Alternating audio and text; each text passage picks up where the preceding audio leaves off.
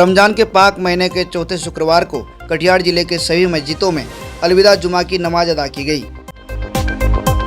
इस मौके पर मदरसा दारुल उलूम बिगोरहाट जहां मस्जिद में बड़ी तादाद में मुस्लिम भाइयों ने एक साथ अलविदा जुमा की नमाज अदा कर देश और दुनिया के लिए अमन और चैन की दुआ मांगी। अलविदा जुमा की नमाज मुस्लिम धर्म में कितना अहमियत रखते हैं, देखिए हजरत मौलाना मुफ्ती हुसैन अहमद साहब सदर मुदर्रिस दारुल उलूम बिगोरहाट के इस बयान को।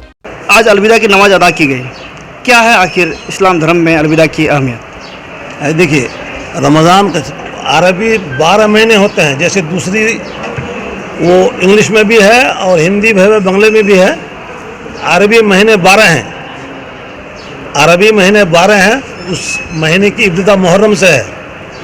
ये 12 महीने है, ये 9वां महीना कहलाता है रमज़ान मुबारक का। देखिए, जिस अल्लाह ने इस ज़मीन को पैदा किया, ज़मीन को मकान भी बोलते हैं, ज़मीन को पैदा किया है। ज़मीन को पैदा करने के बाद बाज़ जगहों को कुछ खुसूसियत दे दी है, बुजुर्गी दे दी है। और मक्का मुकर्रमा है, मक्का मुकर्रमा में खाना काबा भी है, वह इबादत का पहला घर है। इन्ना अव्वल बैतन वज़िअ लिन्नास लल्लज़ी बिबक्कता, मक्का। हालांकि वहाँ पहाड़ हैं, और पहाड़ हिंदुस्तान के पहाड़ में तो सब सादा भी है पहाड़, लेकिन वहाँ वो जला हुआ पहाड़ है। लेकिन वहाँ काबा है, वहाँ अरफात है, वहाँ मिना है, वहाँ मुज़दलिफ़ा है। हज वही अदा होता है पूरी दुनिया का लोगों का। मदीना है जहाँ हमारे नबी सल्लल्लाहु अलैहि वसल्लम आराम फरमा है। मस्जिद क़ुबा है, मस्जिद अक़सा है, ये मुसलमानों के लिए ख़ास जगह है। अब देखिए, जिस अल्लाह ने इस जगह को पैदा करके उस जगह को खुसूसियत बुजुर्गी दे दी है कि अब यहाँ एक रकात पढ़ते हैं नमाज तो 1 लाख का सवाब मिलता है। वहाँ पढ़ने से एक काम यहाँ करते हैं ना, जितना आपको नेकी मिलेगा ना, वहाँ 1 लाख उस जगह की खासियत है। तो जिस अल्लाह ने जगह को बनाकर उसकी खुशबूत वो दी है, तो उस अल्लाह ने इस वक्त को पैदा कर, ज़मान वो मकान है, ज़मीन और मकान है ना, तो मकान को दुनिया में बनाकर उसको बुजुर्गी दे दी किसी जगह को। हालांकि वहाँ भी सुबह होती है, दोपहर होती है, शाम होती है, दिन और रात होते हैं वहाँ। तो इसी तरह से ज़माने को पैदा करके ख़ास ज़माने में कोई फजीलत दे दी है।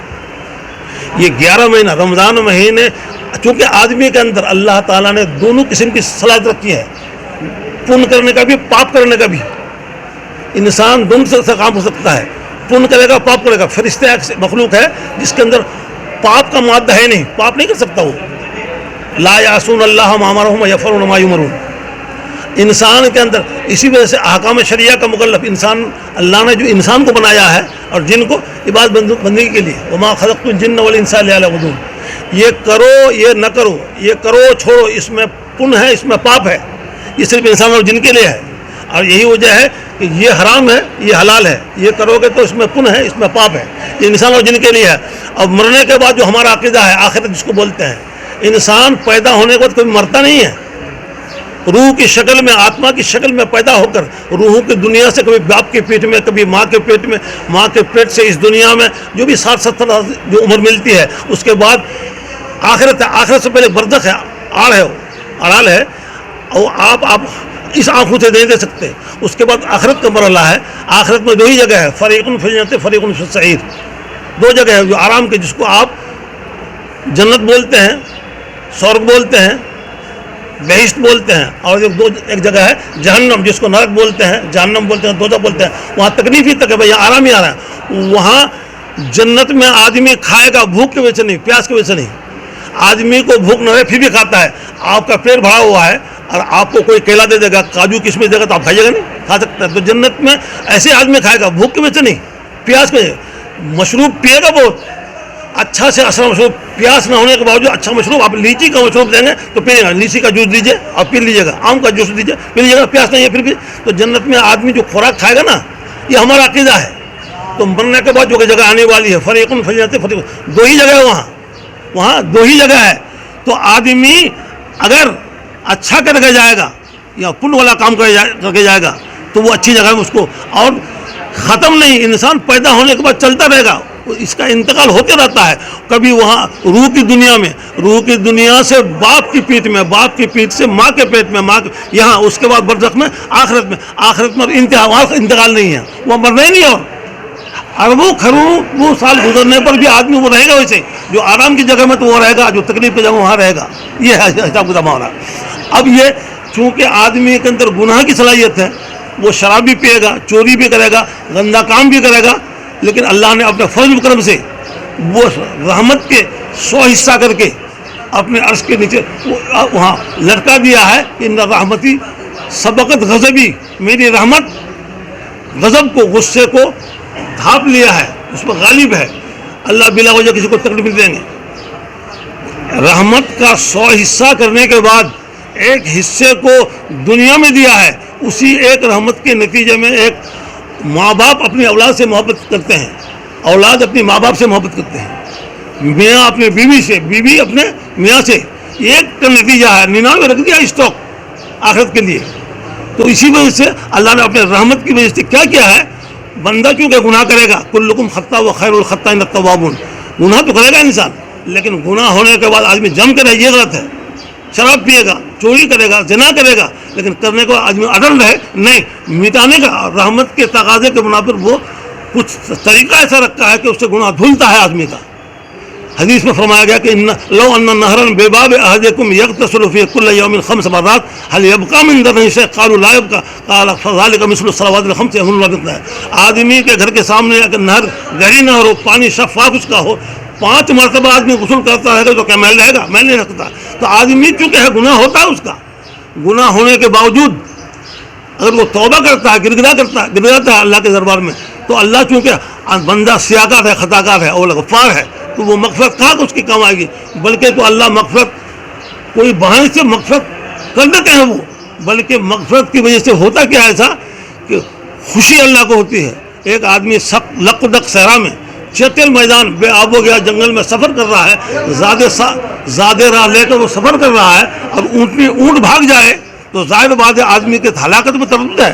ارے لمبا چوڑا میدان ہے، وہاں ہے نہیں کھانے پینے کا، تو پریشان ہو کے بڑھ جائے گا، لیکن اچانک وہ آ جاتا ہے، اچانک وہ اونٹ آ جاتا ہے پورا زیادہ راہ لے کر، تو خوشی ہوگی نہیں اس کو، کیونکہ ہلاکت میں شبہ نہیں تھا اس کو، اب وہ جانور آ گیا، پورا زیادہ راہ بھی موجود ہے، تو خوش ہو کر بولتا ہے نقل پکڑ کر کہ اللہم انت عبدی وانا ربک۔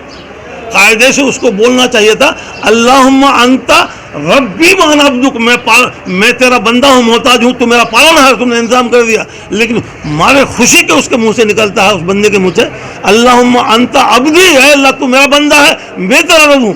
خلاف واقع ہے یہ عقیدہ، یہ جان بوجھ کر کوئی مسلمان بولتا اس کا ایمان ختم ہو جائے گا، حج بھی ختم، اس کا بیوی کو طلاق پڑ جائے گی اس کی، لیکن چونکہ ارادے سے نہیں بول رہا، بول تو کچھ رہا ہے، نکل رہا کچھ ہے، تو خوشی اخطا من شدت الفرح، انتہا درجے کی خوشی کی بنا پر اس کے منہ سے جملہ نکل گیا۔ تو اللہ کی ایسی خوشی ہوتی ہے جب بندہ گر جاتا ہے، توبہ کرتا ہے، تو وہ وہاں ڈھونڈتا ہے۔ تو 11 مہینے کے پاکی کو اللہ ایک موقع دیا ہے کہ جس طرح سے جگہ کو شرف اور بزرگی عطا فرمائی ہے، مکے کو، مینا کو، عرفات کو، مدینے کو، مسجد اقصی کو، مسجد قباء کو، تو اس طرح سے زمانے کو بھی 11 مہینے کے اندر اس مسجد کو شرف بخشا ہے کہ 1 مہینے کے اندر آدمی 11 مہینہ پاپ کر کے اپنے کو ڈبا دیا ہے، لت پت ہو گیا ہے، دھواں دھار برس رہی، رحمت برس رہی ہے اللہ کی۔